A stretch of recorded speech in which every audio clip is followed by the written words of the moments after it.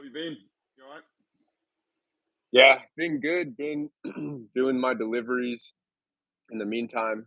So yeah, just staying afloat, and then just now getting into the job search. It'll be on pause for a bit because I'll be in Panama starting on Thursday, which should be fun. I'm excited about that. So You're gonna make videos in Panama.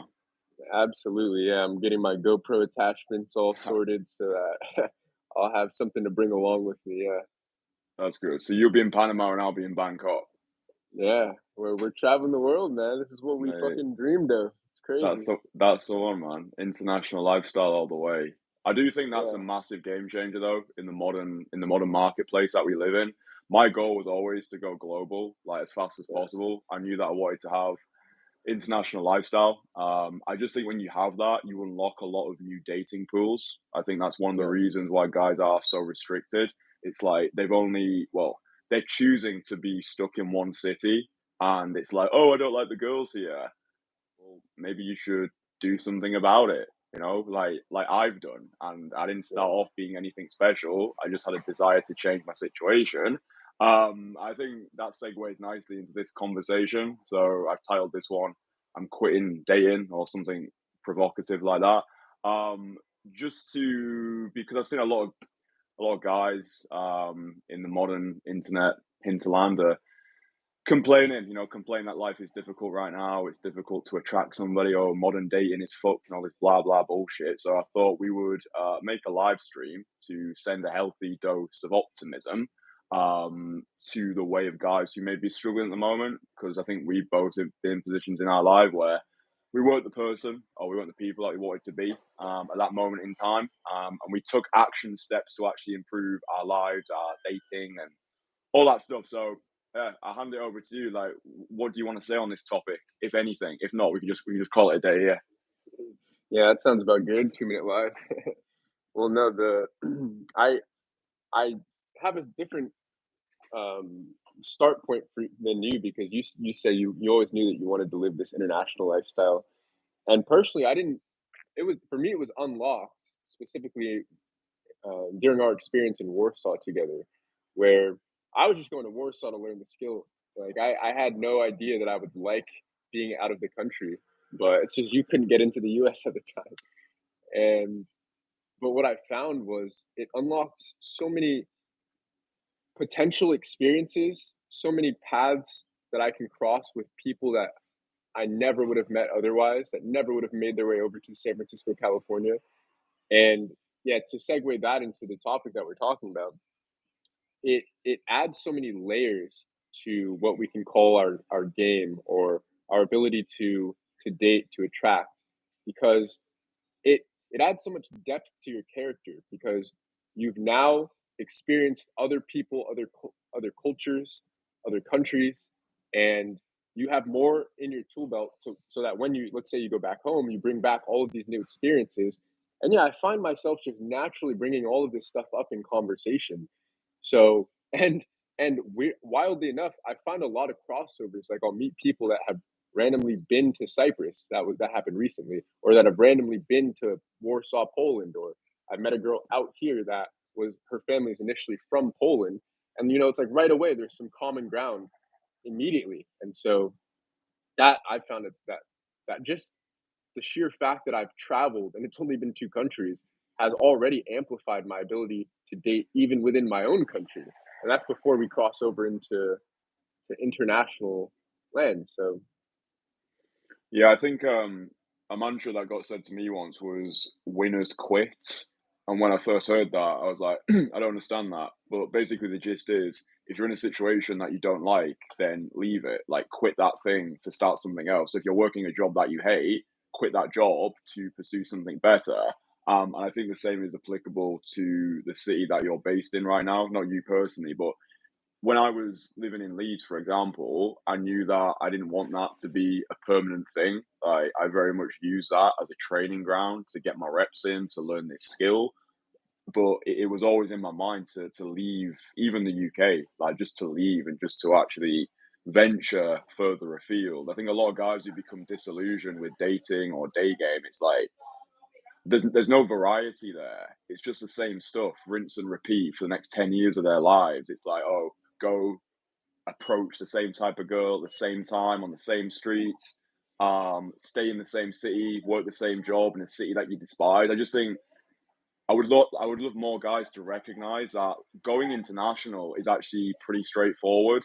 Like in terms of a blueprint, I personally think if you've got $10,000 of savings in your bank account and you find a way to make at least $2,000 remotely, you live via Airbnbs.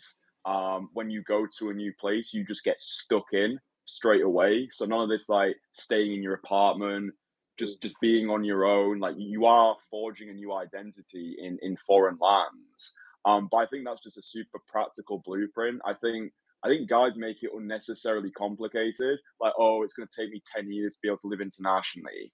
Well, no, it's not. Like, we've got so many guys in the entourage who are doing it. Like, guys who are young, guys who are older. Like, I think it's the whole like he who has a strong enough why can bear anyhow. Like, if you really want to have this international lifestyle, we live in this age of opportunity where you can do it.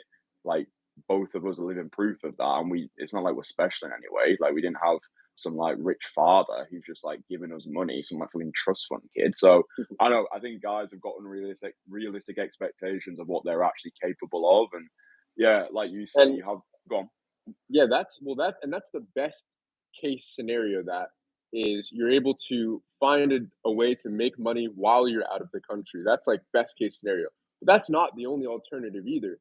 If you really wanted to travel the world, see new countries, visit if you have friends or people that you know in other countries, more a more potentially feasible alternative would be to work for a handful of months and like really dial in on your budget and stockpile money.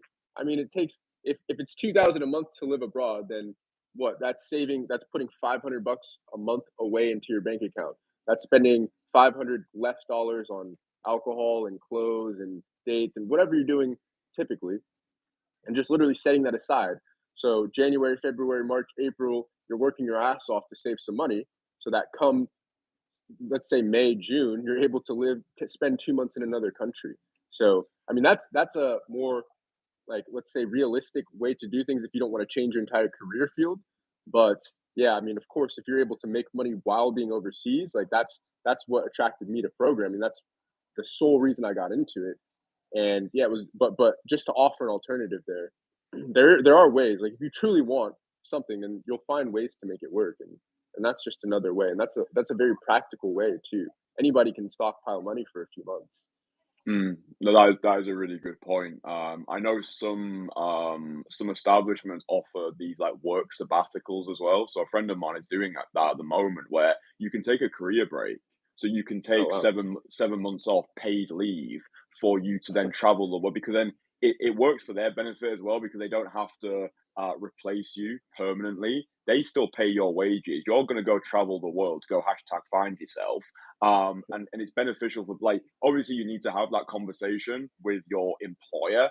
But like, I think this is another reason why learning this skill set is so invaluable, because it teaches you the art of communication. Like, you learn how to get what you want by navigating social scenarios. Like, most Yeah. people, they don't know how to have conversations where they're trying to get something from that interaction. It's like, oh well, it must just be my boss said so, or oh, I'm not even going to try because the answer's probably going to be no, and then they just experience failure in advance, rather than just having that conversation with their boss. Yeah. But what do you think was, or what do you think have been the major lessons that you've learned by, because obviously before we worked together, you didn't have a passport, and now Yeah. you can say that you are like a global dater. Like, you've Yeah. experienced multiple dating pools in different parts of the world. I would be Yeah. curious to know, as someone who never even considered the prospect of traveling away from the United States, what do you think have been the biggest eye openers for you? I mean, yes, they are different dating pools, but one of the biggest eye openers is that girls are girls wherever I go. So yes, they have different customs and cultures and way that they go about things. But at the end of the day, the skills that I was able to build in Warsaw, I was able to bring to San Francisco. I was able to bring to Cyprus. And although each location took a ramping up period, it took me getting accustomed to the culture, getting accustomed to the style of communication. The fundamentals that we learned, or that I learned, that you helped me learn in Warsaw, those stay true no matter where I go, at least so far. So maybe I don't have as many reference points as you do, so you'll be able to speak to that. But yeah, so far what I've learned is that if you can just get this skill set crystallized somewhere, anywhere, you can take it with you anywhere you go. And that's why sometimes I refer to it as a superpower. Like, oh, I have a superpower in my back pocket, because no matter where I go, I take the confidence to go and approach the pretty girl with me. And so that's been one of the biggest and I'm so glad that I did that internationally, because there was a sort of a manufactured barrier within, where I thought, okay, I have this skill set in Warsaw, Poland, but is this going to translate well in San Francisco, California? And coming out here, putting the reps in here and finding out, yes, like it does transfer here. And then taking the same skill to Cyprus, is it going to transfer here? And whatever hiccups I had along the way, at the end of the day, the fundamentals stayed the same, and therefore the results over time, the results end up being the same. So yeah, that was a big learning lesson for me, is that just because you're going to a new place doesn't mean you have to start from absolute scratch wherever you are. It doesn't mean you have to, especially if you know language, like a standardized language like English, then it really benefits you to. Oh, another thing that I learned, by the way. Now I know I'm rambling a bit, but is that doing this, right, approaching girls in other countries really bulletproofs your game in, let's say, your home country. Because although the fundamentals are the same, there are twists that each country offers. And so, for example, if I was to use Cyprus as my case study, what I learned in Cyprus is the ability to cut out some of the bullshit that I was bringing into conversations, let's say in Warsaw or in San Francisco. And some of that bullshit being over excitedness, being over expressiveness, and this this energy that I was bringing, this kind of like little boy energy that I was bringing in. That, to be fair, some girls love that, but the majority of girls kind of see that as uh, maybe weak is the wrong word, but just like unsure of myself, less confident than a guy who can stand right there, stand in the discomfort, and be silent, and still maintain eye contact, and still hold a conversation. So yeah, if we're talking about the top things that I learned, the first was that you can bring this superpower anywhere, which is why going international, all it does is benefit you by opening up different kinds of girls that you might be interested in. And now you get to explore different parts of yourself where you're like, wow, I didn't know I was interested in this culture, interested in this language. And then the second thing is it bulletproofs what you've already learned, because maybe what you're doing doesn't exactly translate to a new country. So you have to adapt. You have to learn a few different techniques and methods, and start implementing that. And when you bring that back home, that's what I mean by bulletproofing, because now now it's exploded. I've just been sending, just the messages I've been sending you privately show that, like, my experience in Cyprus, bringing that energy, that confidence back here, it's absolutely exploded my dating life, even compared to when we had our Warsaw experience. Tell us more about that then. Yeah, If it's exploding, like what does that mean? man, I'll use this past week as an example. So for a bit of context, I just recently got laid off. Just in case your viewers don't know, I'm a programmer. I got laid off, and so this last week I've had a lot of time on my hands, and I don't even go at this point in my life. I don't even go out to approach anymore. I just go out and approach. So it's like I go out and I see girls that I like, and it's so integrated. By the way, over a lot of effort and reps, I've been able to integrate the skill into my life pretty well. So now, last week, for example, I'm not even going to go day by day. I don't remember. They're all kind of meshing together. But earlier in the week, I hopped out on my electric skateboard. By the way, one tangent I'll go on real quick is that there is no rules to this stuff. So I remember I learned in Warsaw how to do this by walking the streets of Warsaw with Kristian, and walking after the girls that I like. But I prefer to do it on my skateboard out here, because that's how I like to get from place to place. But there's no rules saying like you have to do it this way. This is the playbook. You have to walk. You have to. So But anyways, that was a quick aside. So I was on my electric skateboard running some errands, returning some clothes, and same thing as always. I see girl, I like girl, I go after girl. And I see a girl on a sidewalk. I'm skating in the bike lane. I like the way she looks, and I just do a quick left over to the sidewalk and I walk up and I introduce myself. I tell her she looks lovely, and right then and there we go on an instant coffee date. And this is a video I'm gonna make on my channel, so I'm glad I'm getting to preface it here. So that coffee date went great, 40-minute date. We exchanged contact info at the end. That very same day, so I'd say an hour later, I'm going to the financial district to run an errand, and I see the most gorgeous. We can call her MILF. She had no kids, but she was like 35 or so. She But classifies. yeah, absolutely she does, and stunning though, like head to toe, absolutely stunning. Works in the beauty industry, so go figure. And but I remember there was a limiting belief that I was allowing to come up, which was I saw her and she looked so professional, almost like attorney-like, where to the point where I was like, this girl's too professional for me. I'm 24-year-old Ephraim in my street clothes. She's not going to give me the time of day. But same thing, I walk up and it's the confidence that's behind the person. It's not what I'm wearing. It's not how my hair is done.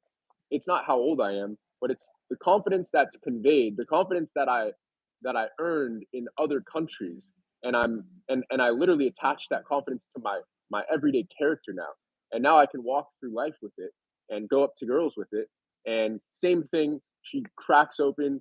There's actually somebody watching the interaction that I can see. So every time I glance over, I see the biggest grin on this guy's face because he sees what's happening, and that just felt good. But the reason I bring this day in particular up is because I met those two girls on the same day, and later in the week.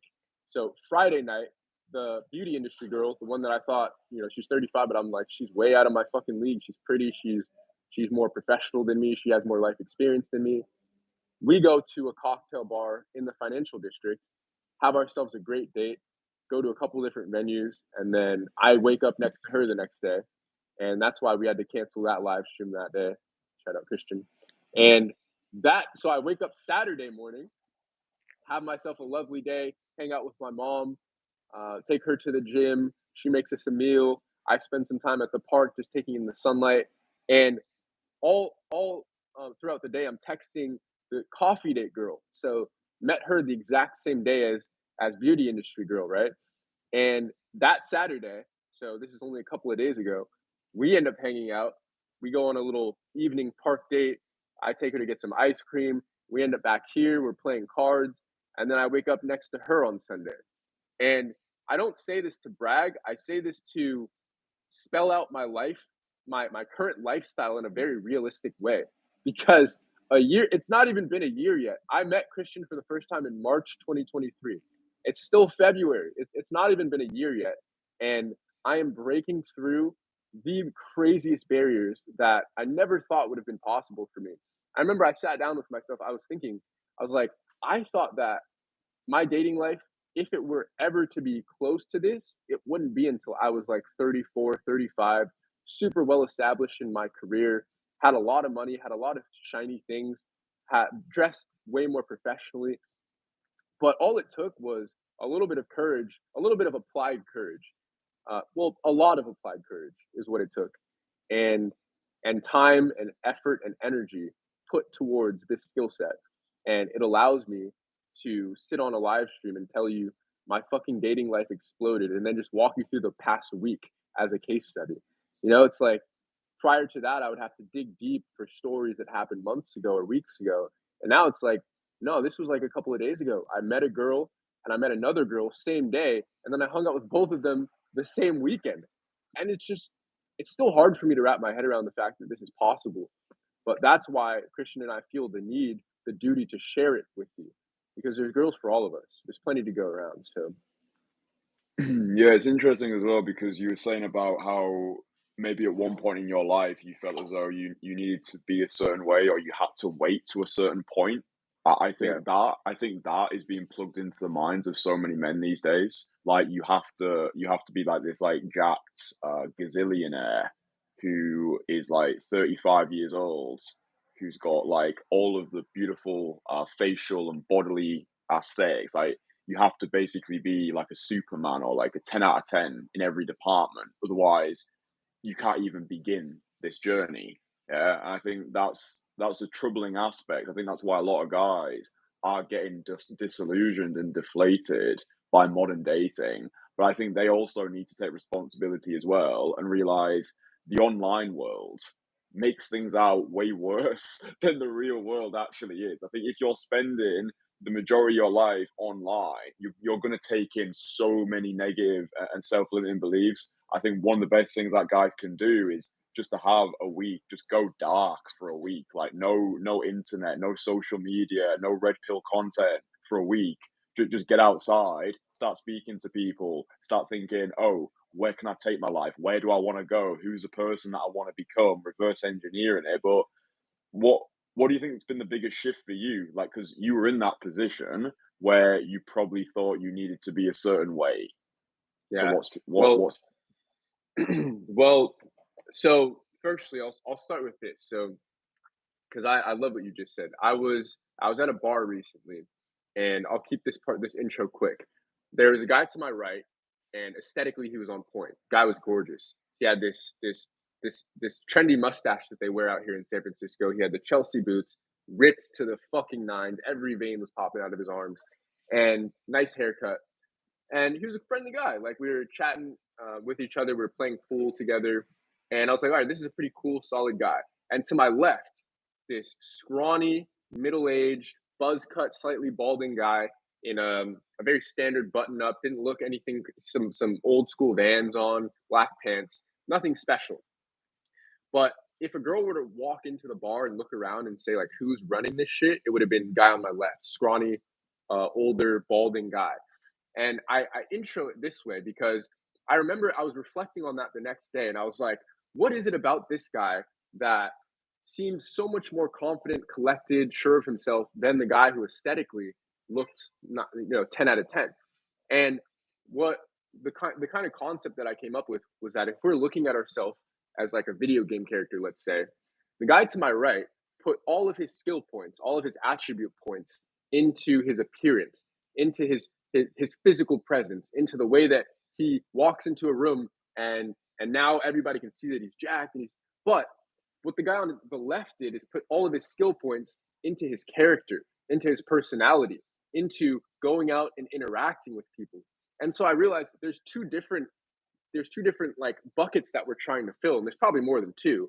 But if we're just using those alone, then you're far better off. I'm not saying you don't want to be jacked, you don't want to dress nicely with your Chelsea boots and your nice mustache, but you're far better off. And this is coming from somebody who is developed in this area now, who is still developing, but is a lot further along now. You're far better off putting your points, putting your skill points, aka putting your effort into life experiences, into character building experiences, like getting out of your comfort zone, like going out to a bar and forcing yourself to socialize, like going up to the girl that's on the street, even though you're scared and you don't think that you look good enough yet.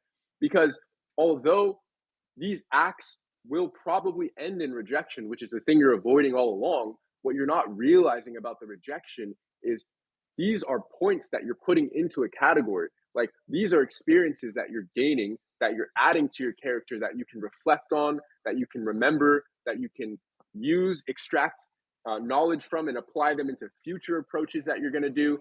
And so the takeaway from what I'm talking about is that sure, you can make yourself look as good as possible, and I think that that's important, right? You want to maximize, you want to look smacks yourself, yeah. Sure, that's great. But what the guy on the left told me, right? What scrawny, middle-aged, balding guy taught me is that looks is such a small part of it. Like, if you just maximize, here's a better way to put it. If we're talking about character and personality versus looks for guys, this character personality holds so much more weight. Putting 2 points in this category weighs so much more than getting a nice mustache and some Chelsea boots. And as a result, by the way, of course, the two hottest girls that walk into the bar walk right up to scrawny dude and give him a big hug, and he invited them out, and now he's running the bar and he's connecting other people, and it was even just the way he was talking to people. He's so comfortable with breaking the touch barrier and leaning in when he's talking to you. Whereas the guy who looked 10 out of 10 he looked rigid. He looked scared. He looked like he was in his head. He looked like he didn't know how to interact in that environment. And so it's like, wow, crazy to think that all of the hours that this guy spent in the gym, that this guy spent on his mustache, on his haircut, on the way, and on his appearance, while he was doing this, scrawny 35-year-old was spending that same time on his interaction skills, on his ability to connect with people and lead the interaction and this and that. And it really shows. So that would be my advice is, yes, it's great to look good. Yes, I look a lot better than I did 2 years ago. But I'd say that even if I had built this skill 2 years ago, before I had this haircut and this beard length and this whatever, I think that I would have found success purely because I had put in a lot of social reps. I had put in a lot of reps going, knocking on doors and getting the door slammed in my face, and picking up the phone and having the person not want to buy my product and hang up. And those are all rejections, right? Character building rejections, the same way these are when you go up to a girl and she's not interested. Yeah, I think it's an interesting point. I think I'm in a place in my life now where I'm recognizing more and more how little these things actually matter, right? And I think it's the same though as like if a millionaire says money won't make you happy. I think you need Yeah. to have experienced it for yourself. So if I was hearing this 4 years ago when I looked the way that I did and I had the money that I did, which was barely nothing, then this wouldn't resonate with me because I wasn't ready to receive it. So we're not saying don't take care of yourself. I do think though that you should do these things because you enjoy them. I think that's the best return on investment that you can get from making money or going to the gym, building a better body, whatever. I think doing the things because you enjoy it rather than because you think they're going to get you a result. I learned this the hard way because I did the whole looks maxing thing, but I still felt like the ugly duckling inside, right? It's like my internal hadn't caught up with my external. And what I realized was looking good isn't open. Yeah, it might buy you 20 seconds of a girl's attention, but it's not enough to sell the products. And Yeah. it's like the higher you climb, the further you can then fall. It's like or I would spend so much time obsessing over the way that I looked, or like how my arms looking in this tank top, what's like the jeans, all this nonsense. And I I got to a point where I was like, I'm starting to act like a woman. Like I'm starting to obsess over my appearance the same way a woman does. And I didn't get into this to become some sort of diva. But I think the caveat is it needs to be experience for the guys themselves. Like, oh, money doesn't make you happy. The guy's got $10 in his bank account. Like he needs to go through that. But Yeah. I think that's a fair point, and it's always the case. Evidence has got the loudest voice. Like you've experienced that anecdote now, you're able to share it because you're able to witness that. It's the same when you go to Eastern Europe. Like when we were in Cyprus together, like Yeah. when I've been in Romania, when I've been in Bulgaria, when I've been in Serbia, you're looking at the guy who's with this gobsmackingly gorgeous woman, right? She's like 10 out of 10, amazing. He's some like middle-aged balding guy, but his biggest purchasing power is his character. Yeah, Yeah. like he's just oozing this masculine spirit, this energy, this groundedness, and Yep. it's like moths to a flame. Like they go crazy for it. I think it's about the mindset as well. Like he's got that girlfriend because he believes he deserves it. Yeah, it's like you don't get what you deserve, you get what you think you deserve. So he's got this woman because when these guys, like these like troglodyte guys from our perspective, when they're Yeah. going over to a woman, there's not a single part of them that thinks I'm not good enough. Like there's not a single part Right. of them that thinks I'm not looks maxed enough. I need to work on looks money status. Like that's not even coming into their equation. I think when guys talk about learning from naturals, for me, a natural is not some like chatted out guy at the front of the nightclub who's just like blessed with like demigod looks. Like the real like hardcore naturals are these guys in Eastern Europe who've got nothing going for them except their biggest superpower, which is their spirit, which is their character, which is their unapologetic masculinity. And I'm learning that more and more. And I think these live streams are a good way for us to just learn out loud. The things that I Yeah. believed like a year ago, I don't really believe in them anymore. I don't really believe that, oh, you need to get like as juicy and as jacked as possible. Like I appreciate like it's good to do those things and you should do them if you enjoy doing them. Like, I enjoy exercising, but I'm not viewing the return on investment as strong as I once did, which is important, which is good. I like that. And this almost ties into, I remember hearing this in one of your previous live streams where you said never be at home. And I really liked that. I've even added on to it now, which is when I am at home, never be on my phone, or just try to limit being on my phone as much as possible. But the reason I bring those phrases up is because, like you said, we're learning out loud in these live streams. And so what I've been doing since I've been back from Cyprus is when I'm not, at least when I was working, right? When I'm not working, when I'm not making content, and when I'm not doing maintenance things like going to the gym, making myself a meal, making myself a smoothie, when I'm not doing any of those things, I'm outside and I'm as social as possible. Even when I don't feel like being social, I'll just go outside and usually something social will come out of me. Like, I don't feel like being social, I'm hungover, I go to the park and sit in the sun. And this happened last Sunday, this last Sunday. I saw a group of people playing spike ball, which is my favorite activity ever, this little mini volleyball set. And I literally just ran over to them, right? Complete strangers, park was packed.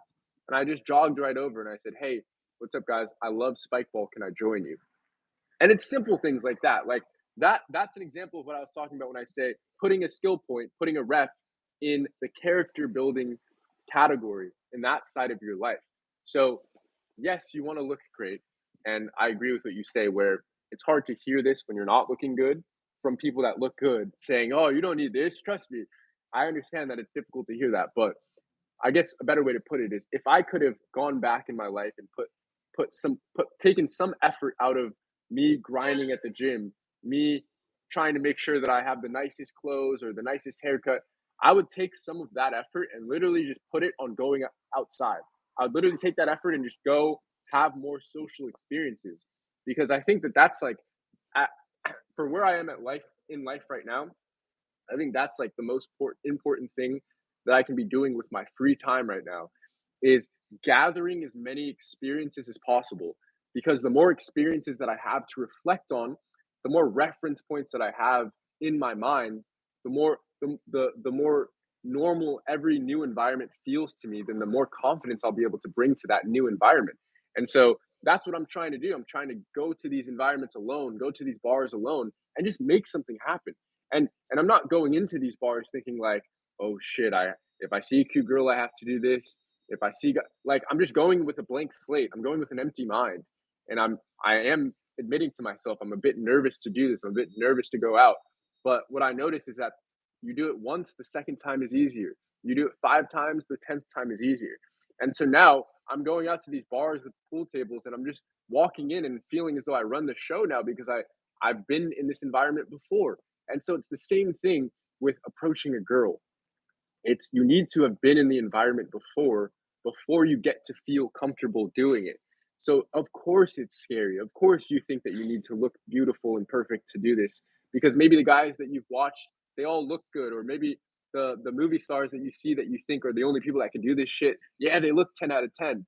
But if you could just pull what we're trying to share with you, which is that you need less than you think that you do. And that's coming from somebody who also thought that I needed 10 out of 10 in every category of my life to do something like this. But I'm not 10 out of 10 in every category. In fact, there's plenty of categories in my life that are still falling behind right now, especially income now, right? Like, I don't even have a job. And both of those girls that I met, that I referenced earlier in the video that I met on the same day, I told both of them that I don't have a job, right? That was like one of the earliest parts of the conversation. And it's proof that you need less than you think you do, right? I thought, oh, if I tell them I don't have a job, they're gonna not want to see me. They're gonna think this guy can afford this and that. And you know what's funny is I told them that not out of pity, just out of transparency. Like, yeah, you won't believe it. Like, I just fucking got laid off. And that same girl that I told that to, as we're at a bar, as I'm buying drinks and stuff, now she puts her card down, right? And she's like, "Oh, you just got laid off here. Let me get this round." And it's just crazy to think that life works like that, yeah? Because I would think that that girl, the second she thought she heard that I'm unemployed, she would walk. So, but we're learning as we go, right? We're learning on these lives, and we're trying to share with you our learnings. And in this live stream, at least, what I'm trying to share, what Kristian's trying to share, is that you need less than you think that you do to jumpstart a dating life like this.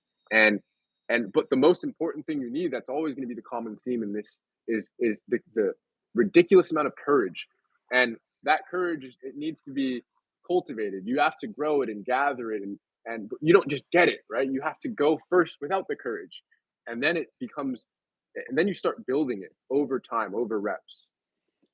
Yeah, I think not giving this is not us giving guys license to be lazy. We're really blessing them with permission to be free.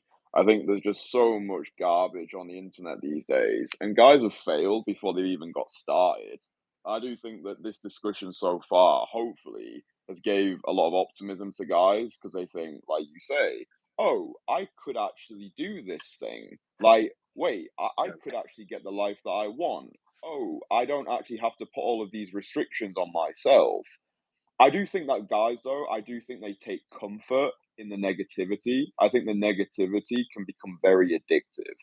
Yeah, I've been in positions in my life a long time ago where I just enjoyed being negative. Like I just yeah, enjoyed complaining. It's easy, right? It's easy to I can't do this because this. Like the amount of nonsense I see in my comments, like, well, it's because of my childhood. I was brought up on a council estate, so therefore I can't get girls anymore. But there was something that you were saying before about the executive attorney lady, right? yeah, And as you were saying that, I was thinking about the power of the reframe. So I remember when I first started coming to London, I would be resistant towards going to Chelsea, which is like an affluent area of London. I would put this restriction on myself where I'd be like, oh, I can't attract girls in Chelsea because I'm not like that affluent Chelsea archetype guy. And then someone yeah, said to me, yeah, but it's all about the reframe. Like the girls in Chelsea might be sick of the typical Chelsea guy, and they might be looking for that kid who was brought up in a northern council estate to just rock yeah, up with his weird haircut and his strange sense of style and be like, "Oh yeah, you look nice. What are you doing?"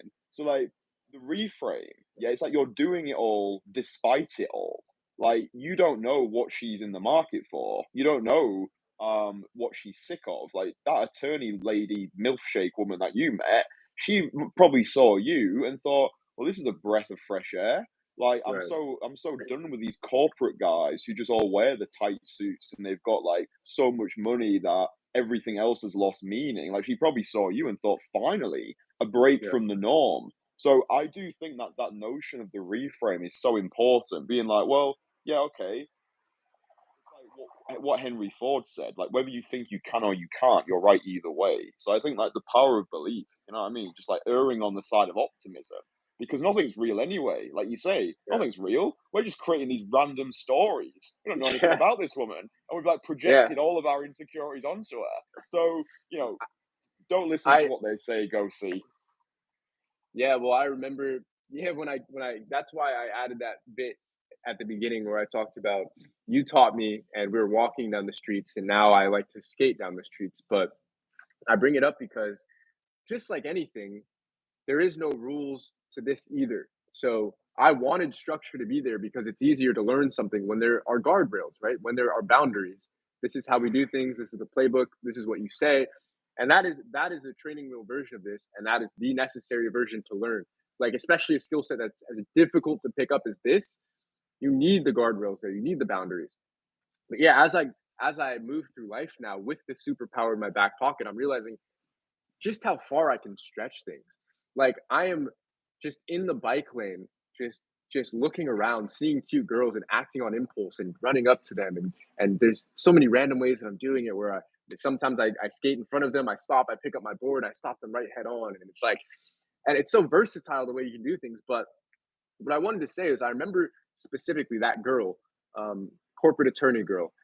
I remember having that same fear built up into my own head, thinking, "Oh God, like there's no way I can go up to this girl. Is she even gonna? She's just gonna walk past me. I look too, I look too adolescent for this girl."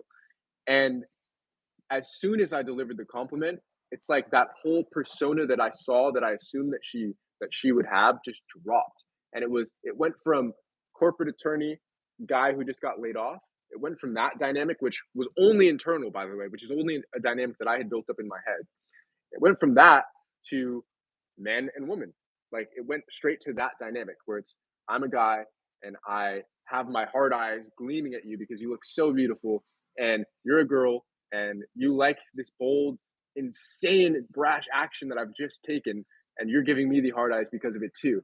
And very quickly, like that feeling that I felt of nervousness, of inadequacy, just dissolved.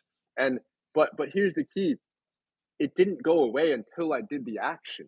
Like there was nothing about me looking at her and trying to think things through that were lowering my state of nervousness. No, it took me walking over there, flashing my smile, even though I felt shit nervous at the time, and telling her that she looked amazing. It took that in order for the nervousness, the inadequacy to dissolve.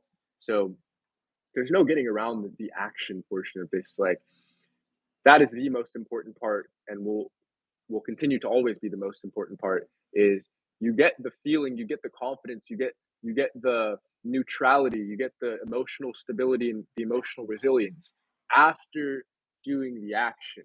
That's the key. Yeah, I think because you've got this skill set so naturalized now, it's such a strong purchasing power. Like the way that you approached her, it probably put about 10 years onto you in a good way.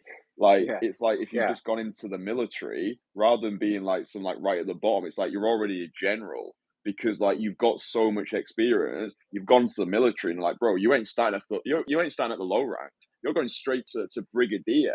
Like, yeah. here's a grenade launcher for you. Go, go, go.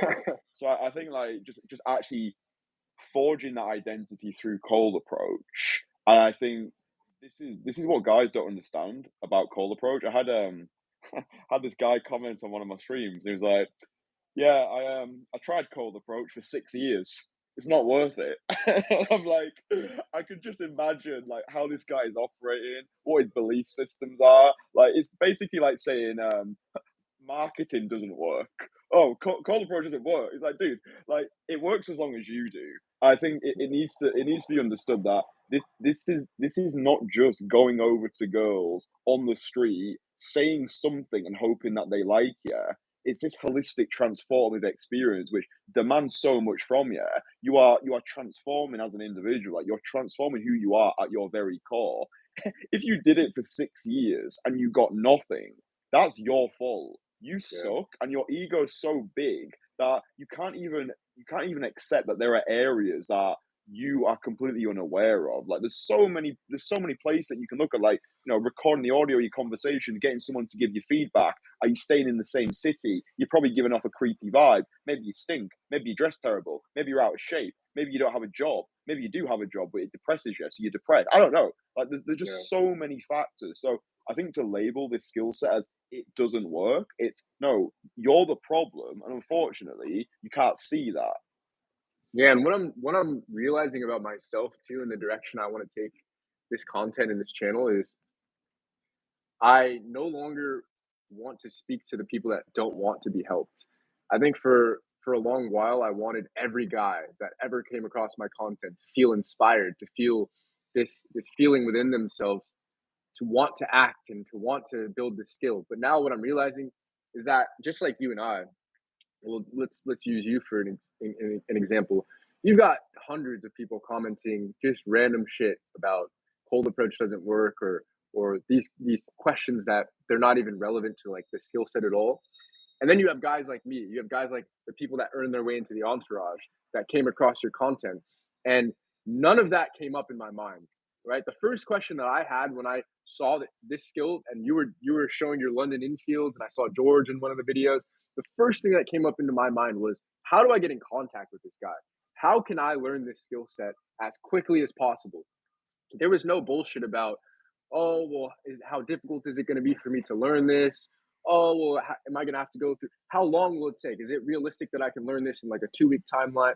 Like there wasn't much criteria, because I just saw what I wanted and I decided that whatever it took, I'm going to put that amount of effort in order to get the result that I want. Like the result was so important to me that it didn't really matter what it took, right? As long as it was legal and moral, then I'm going to go through what it takes to build this skill. So what I've realized pretty recently actually is that I'm no longer talking to the people or talking with the people that are just watching this for consumptive reasons, that just want another video to watch, and then They want to leave a comment because they're bored, and like those people, it's hard to even acknowledge them. It's like they're not even entering into my reality anymore. I'm really just focused on the guys that see this content and they see hope and they see a path. Like we had a hour-long conversation about this in Cyprus, where it's just it's the path that's important. It's the fact that somebody has blazed the trail and the trail is visible, and to know that it's possible to do the same thing to get the same results is enough for people, for me, for you to decide I want to build a skill set like this and integrate it into my life. So yeah, I've started to really just shut off a lot of those not even negative people, but even just the neutral ones who just watch just to watch.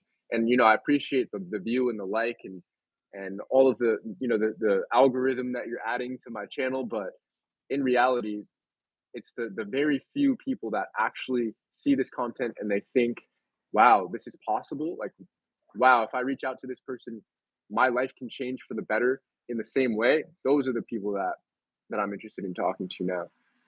Yeah, it's crazy as well because change happens fast. Like, I think people think it's this like slow, drawn out process, but change actually happens fast. I think once you've got the right mindset, like you said, where you just wanted the skill set, like you wanted the skill set, you wanted it fast, and you were prepared to do whatever it takes to get it, it happens fast. Like you would have seen a Yeah, video, you click the link below, you booked in a call. Oh, now you're speaking to me. Now we've made it happen. Now we've got our destination. Now you're in Warsaw, and now like it's like I think there's just so much procrastination to get to the destination. It's yeah, like, oh, I want to go to Hawaii. Ah, but it'll take me 5 years to get there. No, you're creating this unnecessary time horizon. You could go tomorrow if you yeah, wanted. Like the example that Hormozy always gives, it's like if someone offered you a Ferrari for 10K, you'd get the money together. You'd get the yeah, money. Like you would ask family, you would do whatever you need to do to get that 10K to get that Ferrari. But I think people just don't have that strong enough why. And like I think having that burning desire is everything. yeah. Do you know Mike Thurston? Yeah, I think you've introduced him to me. Or Not I personally. mean, no, not personally. I mean online. I, Yeah, I was speaking with him because I met him in London yeah, the yeah, last yeah. time that I This is was why I here. remember. Yeah, I Yeah, remember now. yeah, Mr. Mike, and we're actually having a conversation about YouTube, right?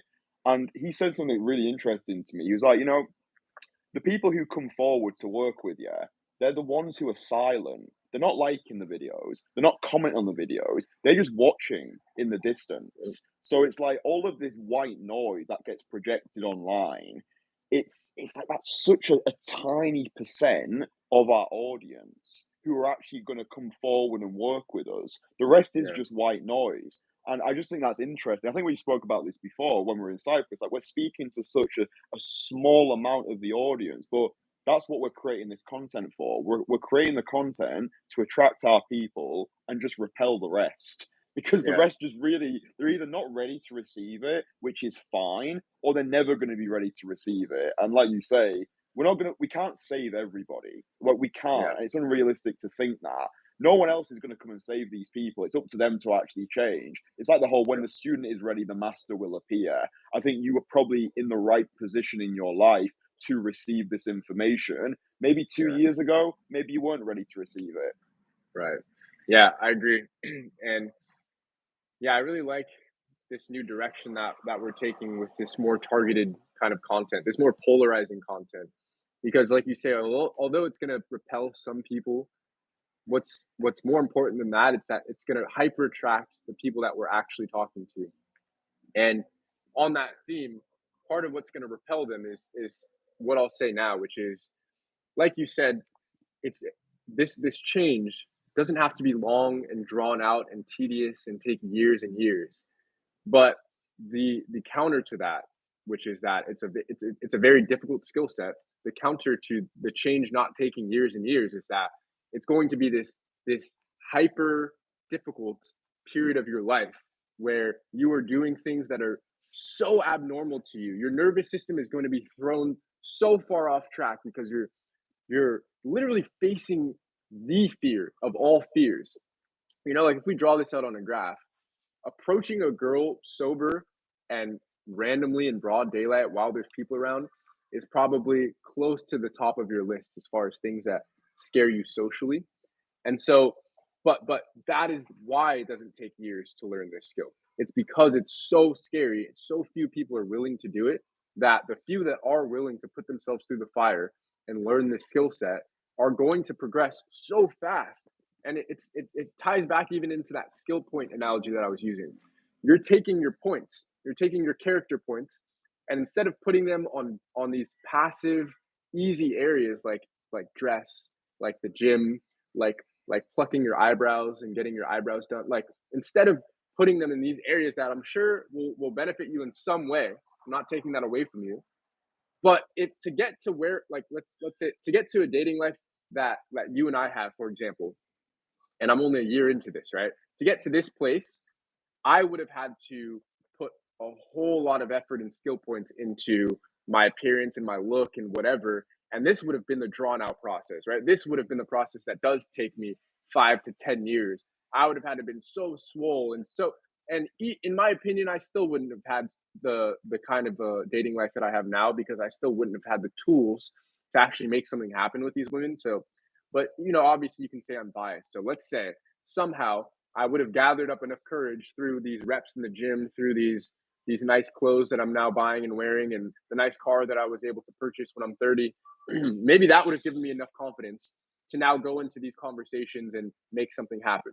But that alone, like the story that I just told you there, is enough to repel me. The fact that it would have taken me until I was 28 or 30 or whatever to avoid the actual skill, to avoid the actual activity of walking up to the girl, and instead put all of my effort and energy into the accessories, the look and the feel and whatever, that alone is enough for me to look at this option and go, all right, it's going to be uncomfortable, it's going to suck, it's going to be the most scared that I've ever been in my life, and I'm going to be putting myself into that, right? It's not that like it's a random, it's not like I'm randomly scared. It's like I'm choosing to be scared, and I'm choosing to face the thing that puts so much fear into my heart. But the result is just, it's worth it enough to me. So that's pretty much like the mindset that I had when I came across your content.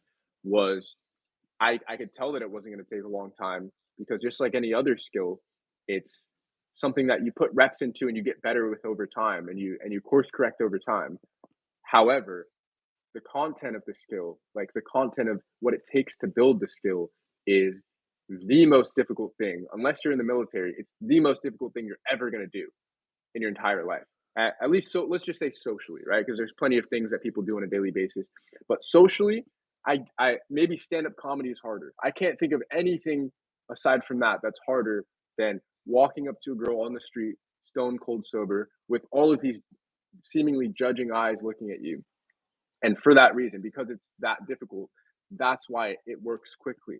And I guess I add this in because whenever I hear people talking about like an easy, fast, quick fix, then question marks always pop up in my head to like the legitimacy of what they're talking about. Like, oh yeah, you can be a millionaire in 3 months. It doesn't have to be long and drawn out. Okay, well, I have to question what they're talking about. But the reason why I can absolutely validate what Kristian's talking about here, in that yes, you can get good at this in 1, 2, 3 months if you really apply yourself.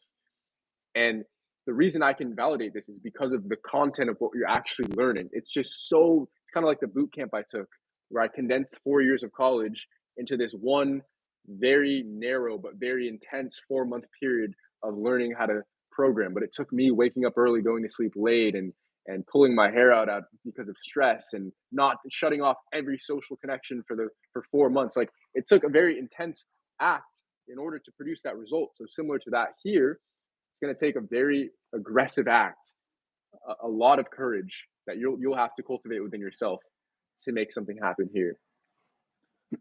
Yeah, I remember when I was getting started with this, it was the difficulty element which attracted me.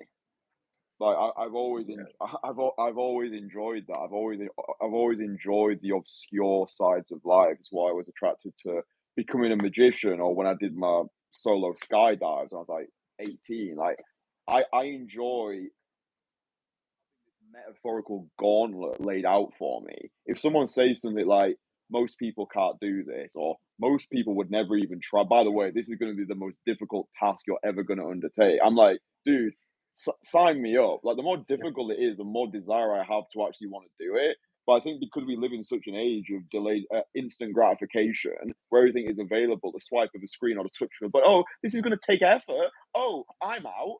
I think that is maybe that was like the way that this used to be marketed, actually. I think that Yeah. this used to be marketed as some cheat code into the sexual marketplace. I think that's why cold approach attracts a lot of strange, socially unintelligent guys because it's like they're looking at the dating field. They're like, right, I'm not attractive enough for online dating. I can't do nightclubs. Oh, what's this magical thing? It's called cold approach. Oh, I could do this, right? Because Yeah. realistically, day game was created by losers for losers. So like 15 years ago when all this started, you could be the guy who had nothing going for him, and maybe you could find some random girl in London who was a tourist who had a tube map. Oh, maybe you could make something happen with her. But it's completely changed now, and I Yeah. think this whole notion of it being a cheat code into the sexual marketplace, it is, but for the right guys. Yeah, like Yeah. Our this is a glitch in the matrix, but for the right people. Go on.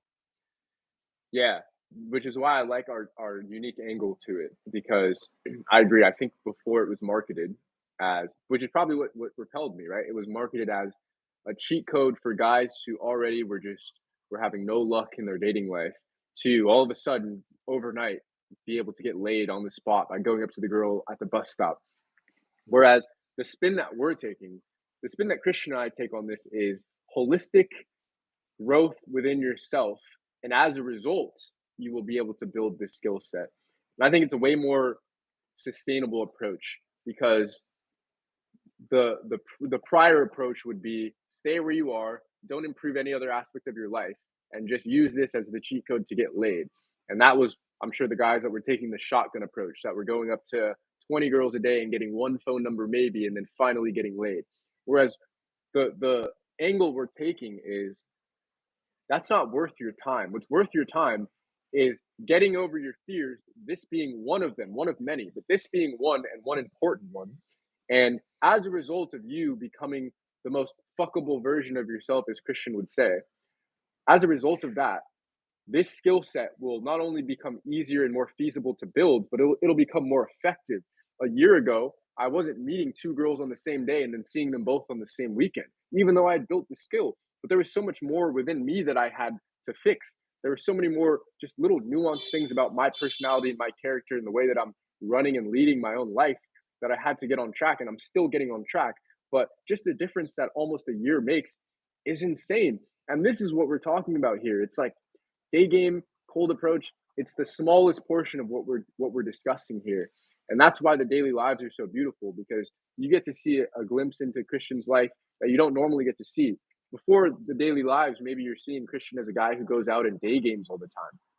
But in reality, this is just the skill that he's teaching. This is just what he's chosen to do with his life, which is help other guys break into this world that we're in. But what his actual life looks like is so much different. And we talk about this privately offline all the time about all of the sacrifices that we have to make in order to get to this point. All of the things that we have to say no to, or the difficult things that we have to say yes to. And those things augment the ability to have this skill, build this skill, and most importantly, make it effective, make your approaches count to where you don't have to go up to 20 girls and get 10 numbers and hope one of them replies to you. Maybe you're one for two. You go up to two, one of them you have a great connection with, and you go on an instant coffee date, for example. And it's like, all right, I feel good now. There's nothing else that I don't need to go and use the shotgun approach here because I've done so much internal work now. And notice the language I'm using too is it's a lot more about internal. It's a lot more about the character, and it's a lot less about the external and how I look. That's just a bonus. The girls like that because I look exotic and I have the curly hair, and that's great. But you can take that away from me. I can go bald tomorrow, and yes, I'll take a little hit of a little confidence hit, but that's not going to take away the thousands of approaches that I've done up until this point. That's not going to take away all of the resilience that I've had to build through all of the rejections that I've had when I did have the curly, nice hair, right? That's not taken away from me. And therefore, because those are like badges on my character now, on my archetype, I can bring those into future conversations and into conversations with girls that look like they're corporate executives that are way out of my league. And I can even the playing field there. It levels the playing field. So Yeah, I think in terms of the internal stuff, it's basically all that, right? Like I'm gonna make a video I'm working on at the moment. It's gonna be quite a big video. Just it's dedicated to mindset and how I've been able to develop a more of a bulletproof mindset. It's it's all inner game. Like, I think self adoration is the greatest aphrodisiac. It's like if you are someone who loves and respects themselves, you love and respect women, and you're particularly interested in her, i.e., the woman that you're speaking to, as an individual, that blows everything else out of the water. Like most people are living their lives like accidents. They don't even like themselves. They don't rate themselves. They wouldn't even date themselves. They've got so much internal baggage that they're carrying around. And I think they're trying to find salvation in the feminine. I think they're trying to find some woman to save them or some woman to complete them. It's like you already need to be whole in yourself before you're going to attract any sort of wife worthy woman. I do think that we attract the women who we're ready to receive. I think yeah, that guys will attract the women that they're ready to receive. If I look back at the girls that I was dating during my first year of doing this, they're not really the girls that I would go for anymore because I've evolved. But I don't know. I think it's a rite of passage with this stuff as well because I think it's important.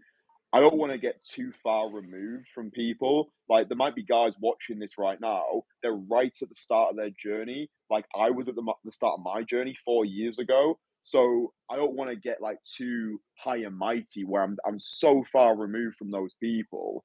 Um, I do think that wherever you're at in your life right now, you can get started with cold approach to some capacity. I yeah, personally think the best way to get started with cold approach is viewing it as a self-improvement activity to start off with. Don't do it because you're trying to get validated or get results or get phone numbers at the start.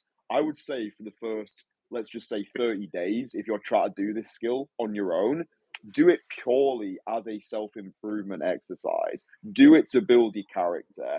Do it to show yourself you can do it. That might be just going out and complimenting 10 girls every Saturday for 4 weeks. Like that's it. Like literally just focusing on giving out compliments, especially if you're like an 18 or 19-year-old guy.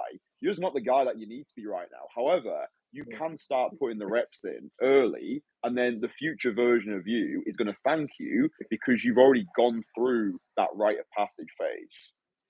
Yeah, I agree. I think the best approach to this, if you're a beginner, is to treat this like any other skill set. And it's hard to do so, I know, because it's such a unique and socially abnormal skill set to build. But if you can just look at this as though you're learning to play the piano, it's very easy to look at that skill set and recognize, yeah, I'm very bad right now, but it's because I've never touched a piano. And you don't beat yourself up for being bad at that, right? You don't beat yourself up for not knowing how to shoot a basketball if you've never shot a basketball. That's almost like a very stupid thing to do. So similar to that, there's no point, there's no benefit to beating yourself up, to limiting yourself before you even start as far as approaching a girl because you're scared of the result not going your way, because you're scared of the ball not going in, because you're scared of the piano playing not sounding good. Well, of course it's not going to sound good because you've never even attempted yet. So if you can just and and I think we have even another topic we can go on, but maybe we'll save that for a different live. But if you can just see this as an isolated skill, which by the way, it's not always going to be just an isolated skill. At some point, you'll be able to integrate it into your lifestyle and it'll just be like second nature. But you have to earn your way there. So, first, you just look at it like any other skill and you map it out like any other skill. Oh, I'm going to practice my piano playing on Tuesdays and Thursdays for an hour or two. Same thing. Oh, next time I go outside, maybe it's going to be a Friday when everybody's out in the afternoon. And I'm going to see a girl and I'm going to do one approach and I'm going to sprint home after it. I'm going to do one approach. I'm going to feel nervous and I'm going to run home and think about it and reflect on it. And then maybe the next time you do it is that Sunday at the local farmers market. You say, I'm going to find one girl. I'm going to do my approach. And if things don't go well, I'm going to find another and I'll do two, but it's like, it needs to be treated this way and it needs to be treated with a lot of intention because I remember before I had reached out to Kristian, I told him yeah, like I've approached some girls at nightclubs and bars sometimes. He's like, well, how often would you say you do it? I'm like, once every 2 months or so. It's like, yeah, it'll take you a while to build this skill set doing it once every 2 months. Yeah. So there needs to be some structure around it, which is obviously why we recommend finding people that can teach you, because that's the path of least resistance. That's the easiest, most efficient way to build the skill set is you have a person that has quote unquote mastered the skill set, and you have them giving you their mastery of feedback. I mean, I can't think of anything more powerful than having the piano teacher sitting next to you teaching you how to play versus you trying to watch a YouTube tutorial, for example. Both will work. It's just one, your progress will be accelerated a lot faster. And it all comes down to what you value more, your time or your dollars. And I'm not here to tell you which is more valuable. That's for you to decide. But for me, it was very easily my time. I knew that my time was a lot. I knew that I wanted this life at 24. I knew I didn't want it at 34. I didn't want to wait for it.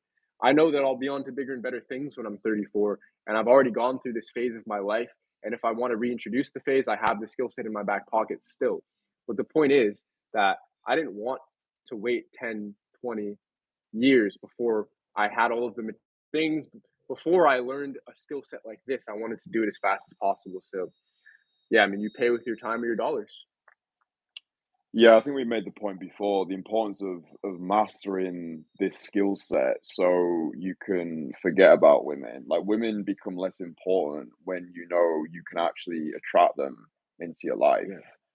And I think it's all comes down to lead acquisition as well. I think like I've learned this more and more. Like, I'm not saying that cold approach is like the best way of bringing women into your life. Like it's a case of respect the hustle. Like Yeah. if you're killing it online, then do that. If you're a guy who enjoys the nighttime, do that. If you really enjoy cold approach, do that. But it's like we've always said. It's all connected anyway. It's all life game.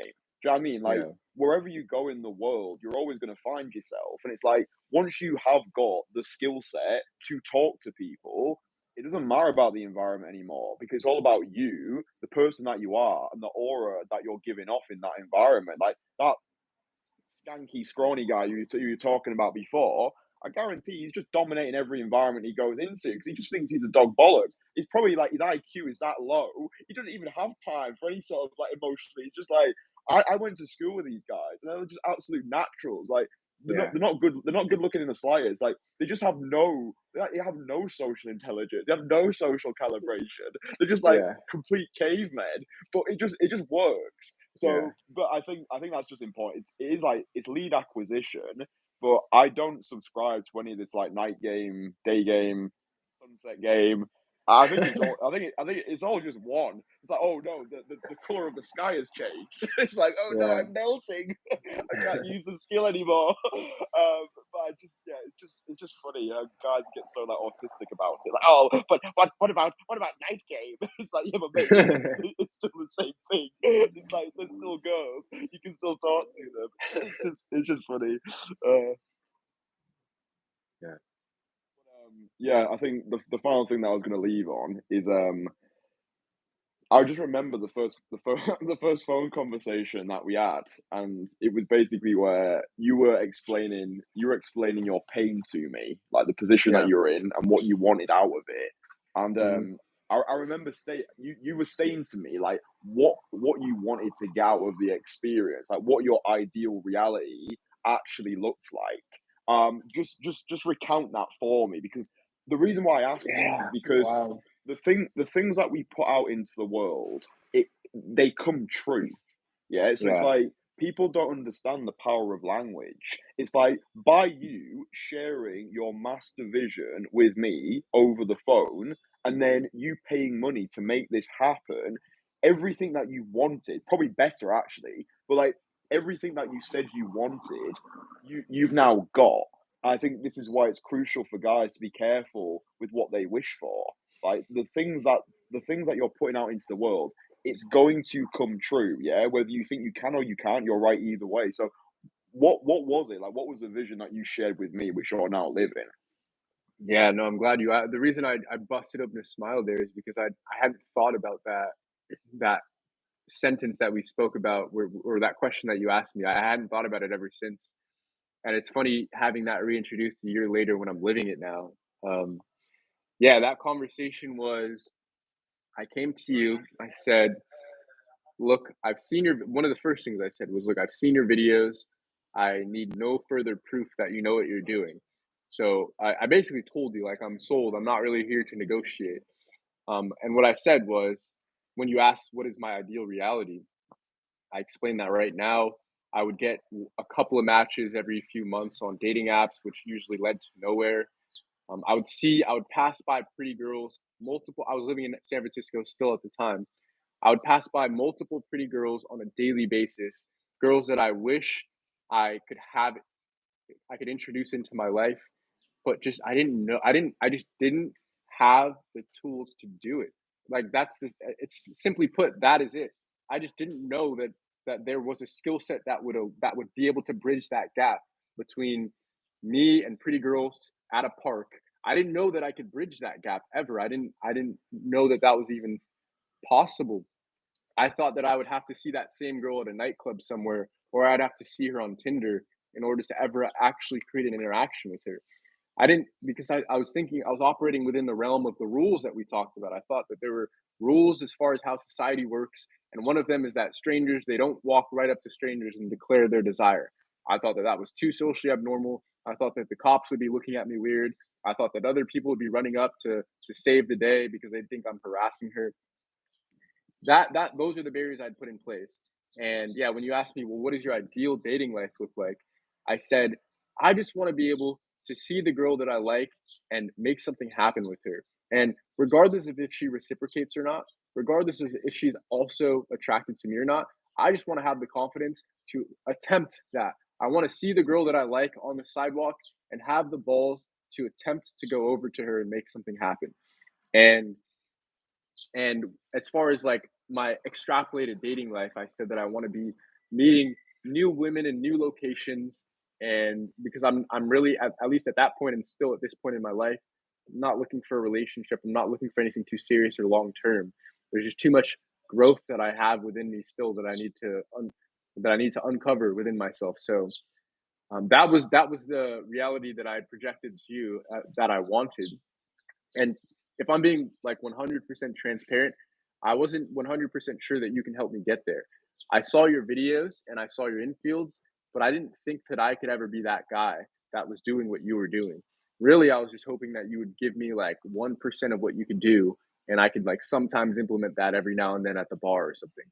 And but I was just blown away by the actual results, which I talked about earlier in this video, but just to reiterate, now 11 months later, not even a full year after being introduced to this skill set, not even a full year after having done my first ever daytime sober cold approach, I am now living a lifestyle where I am meeting girls out and about while I'm on my skateboard, doing my activities, going to get a coffee, going to return some socks. Like imagine that. Just imagine that in isolation. I'm on my fucking skateboard. The sun is shining, glistening off my curly hair as I'm riding down the streets of San Francisco and I'm seeing a gorgeous girl on the sidewalk. I've got my fucking Nike socks in my hands. I'm wearing my moccasins that are dirty and beat up, and I've got the most casual clothes on. And I see a girl that I'm head over heels attracted to, and me, out of all of the guys on the streets, out of all of the guys in their tailored suits, I am the one who has the confidence and more importantly has the skill set built to walk over to her and attempt to make something happen. So not to make something happen, but I'm the guy who can attempt to make something happen. And what you'll find, what I found is just the sheer fact that I'm willing to attempt it puts me in a category of my own. The girl, every time, regardless of how she reacts, she walks away with like this wow, like look to her, where she's like, I can't believe that somebody was bold enough to do something like that. So yeah, we talked about where I wanted my reality, and now it's more insane than I could have ever even imagined because I was only thinking about the result that I wanted. When I spoke with Christian, I was just thinking about, yeah, I just want to get laid more. I just want to meet new girls and get laid. Like that was all I was thinking about. I wasn't thinking about the fucking storyline. I wasn't thinking about the movie element to it all. how I'd just be feeling the wind on my skin as I'm riding down the street, and then I see the girl, and then I go and I walk up, and then we go on an instant coffee date, and then we get to know each other that same weekend, and we go sip wine in the park and play puzzles. And it's like these elements I wasn't even thinking about. I was just like, yeah, I want to skip all that shit and get laid. But now I'm learning that I appreciate this more than anything else. Truly, is the ability to make organic connections at the drop of a hat, to act on impulse. Really, like I've always wanted to be the guy that can see the girl and go, and now I am that guy. And I'm not the only guy, which is an important point to make. Also, this was earned and it was built. So I wasn't dropped on the earth like this. I was quite the opposite a year ago, and through repetition and a lot of directed energy and efforts, I was able to become this guy. And so that's why I'm on this live with Kristian. That's why we do what we do, is to share with you, share with the people that are actually listening and that actually want to help themselves, that if you're willing to basically do exactly what we did, then you will be able to get the exact result that we're talking about. And it's going to be the most difficult thing that you'll ever do in the context of like social dynamics, but it is the most well worth skill that I've ever built in my life. Hands down, by far. I paid $30,000 to become a programmer, and I would have paid $300,000 to build a skill set like this. Because even at times when I'm unemployed, even on days when I just lost my job, I can go and make something happen with the hottest girl on the block. And that's not something that many guys can say. So Yeah, I was just gonna say that popped into my head earlier when you were saying about you're going on dates and you're saying, "Oh, I don't have a job right now." Yeah, but it's like you've become he who can. Like yeah, you've become the person who can get a job. So like yeah, you're able to say it so nonchalantly because yeah, getting a new job. It's just around the corner. Like that's true abundance, right? It's not always having. It's knowing you can have.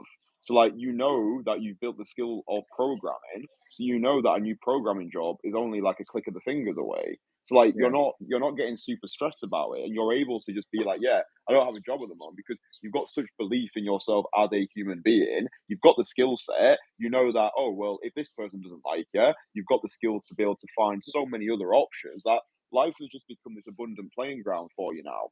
And like yeah. That's a good way to put it. to be at that position at 24 is ludicrous. I think it goes back to what we were saying. Like this works as long as you do. I think your biggest superpower was just having that burning desire. Like you really just wanted it. Like Yeah. I remember meeting up with you like in Warsaw that first day when it was just pissing it down, and then like after that day we just got to work, and it's like just the way that you applied yourself and the lightning pace. It was just like I said what to do, you were just Yeah. doing it. Like there was no like, oh well, what all this like nonsense. It was like, oh right, he's told me to do that. I better go do that now. This. It's like I think that's credit to you for just having that burning desire. Yeah. Before we If say au revoir, was there something you want to say?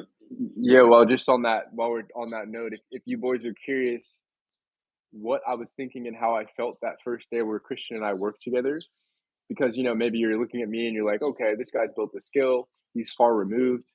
The first thing I said to Kristian when I met him by that statue on day number one of approaching girls, he said, "How are you feeling?" And I looked at him and I said, "Dude, I am more scared than I've ever been in my life. Like I feel like shitting myself right now." And I was being so genuine. So I just wanted to share that in case that helps anybody through how they're feeling about reaching out to Kristian, about maybe just starting the skill set on your own. Is the guy who's telling you this great movie like story about skating down the street and seeing the girl and going, less than a year ago, was the same guy who looked into Kristian's eyes and said, I am so fucking scared right now, but I just trust you. So I'm going to do the drills that you put me through. And that is what I did, man. Like I was so fucking scared of this stuff.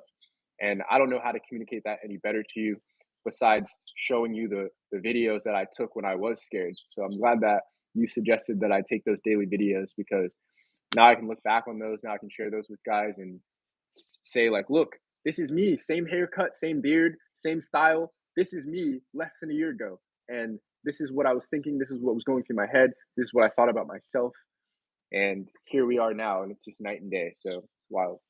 Yeah, I'll post the video that we made. So there was like a transformation video. I'll post it below where it's kind of it shows those like old clips of you and like I pieced them Yeah, together in some little artistic montage. I'll yeah, post it below. There'll be a link below, like the bottom of the description where you can actually watch like the full transformation because yeah, that's a great video where it's like it shows your like when you're in that apartment where it's like right, I'm about to go meet Kristian. I'm nervous. I'm allowed to yeah, do things nervous. I did the boot camp yeah, nervous. And yeah, then yeah, yeah, it goes through that process. I think that's very relatable, and I think it's good that we've immortalized that into pieces of content. And yeah, before we say au revoir, just the final thing. Obviously, you're doing your channel now, and you're creating content. You're putting stuff out there into the ether, which is amazing. I think that's another great thing that we got from our time in Warsaw together, and Cyprus as well. Like we did a lot of video in Cyprus, but yeah, just the fact that you're actually creating this personal brand off the back of it, like that's what I love. Like I don't want to just be the yeah, guy who helps guys with day game. I want it to be a life game thing.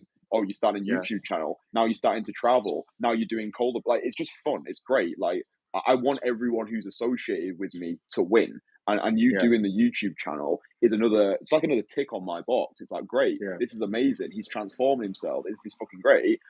What can people expect to see on your YouTube channel this year? Like, what's the sort of direction that you want to take things? What sort of message are you wanting to give off on the channel that you've now got? Yeah, initially the channel, which I'll still keep this general theme, it was me sharing with you what I have learned so far. So it was me going through certain experiences, extracting what I learned, and then sharing like, okay, this is what I learned about a choosing signal. This is what I learned about my fears and stuff. But the new direction, ever since we came back from Cyprus, is a lot more just documenting like this is what I'm learning right now. So rather than like, okay, this is what I've built and this is what I've learned, and here you go, let me package it for you into a video. Now it's just a lot of like, yo, this weekend I was on 2 dates in a row, and I'll break each of them down for you. This is what I said to her. This is what she said to me. Here's our text thread, and I think that there's value in just learning as I learn. You kind of just get to learn alongside me. You're watching me live my life. You're watching my current dating life and my current situation, being unemployed and how I'm navigating that.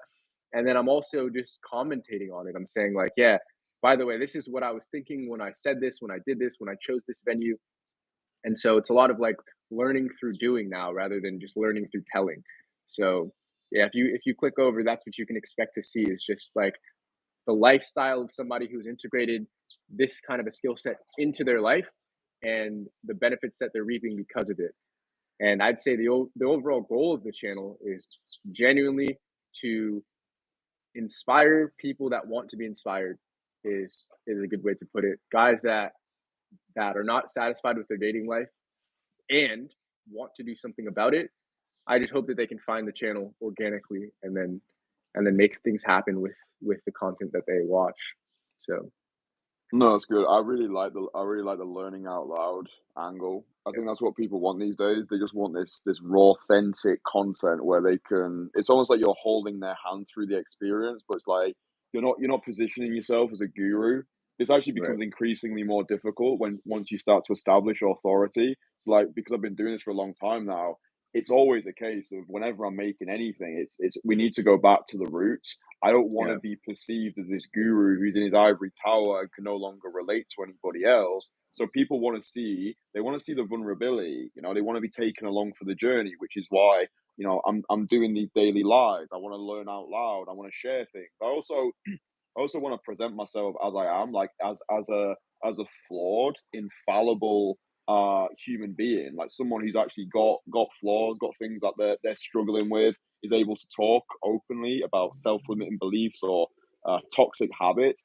That's I think that's the new wave of content creation.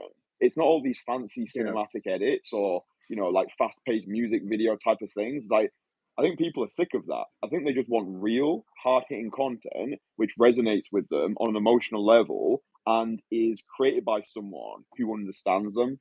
That's what it is. I think empathy is the greatest currency in the modern content creation space. People don't want like fake gods or false gurus. They just want someone who's real, who can actually get them yeah. and hopefully help them on their journey. So yeah, I'll put your links below as well, and then guys can find you. Yeah, we're looking forward to the Panama videos. Yeah. you'll be making Panama videos whilst I'm making Bangkok videos. Yeah, That'll be funny. exactly. What's the That'd be well, what's the time difference in Panama compared to the United States? yeah, I want to say they're 6 hours ahead or so. 6 hours ahead. Fuck So, it, that's gonna be a weird oh time wait, difference, man. hold on. No, I'm thinking of somewhere else. No, I think they're only a couple hours ahead actually, because they're pretty much just south of me, so can't Fine. be too Well, much. yeah, we'll have to see if we can schedule a live stream. That'd be fucking mad, that man. That would be mad. You're I'm in in Panama, Panama. or you're in Bangkok, you're in the streets of Thailand like this. That'd be mad. I'm macking on the Um, Panamanian ladies. That'd be funny. that's funny. That I'll get a Thai woman to go on the FaceTime to a Panamanian Yeah, lady. They could do yeah. It'll they just could be do the that's the lives. live. Yeah. That'd be funny. Absolute carnage. Oh, hey, listen, I need to get my live streak going. Like, do you mind just doing this for me? Thanks. That's funny. But anyway, thanks for dedicating your time to us. We really appreciate it. Hopefully, the guys have got a lot of practical utility from this live stream that they can use and actually make the live better. I'll link all your links below. Look forward to doing this again in the future. We appreciate you very much. Thanks for inspiring a generation of guys. And yeah, enjoy your day. Happy cold approaching, or happy skating. It's probably a better way to say it. Skate seducing. Yeah, you have to think of a new term for it. You're creating a Yeah, new wave, man. yeah, But anyway, look, I'll speak to you again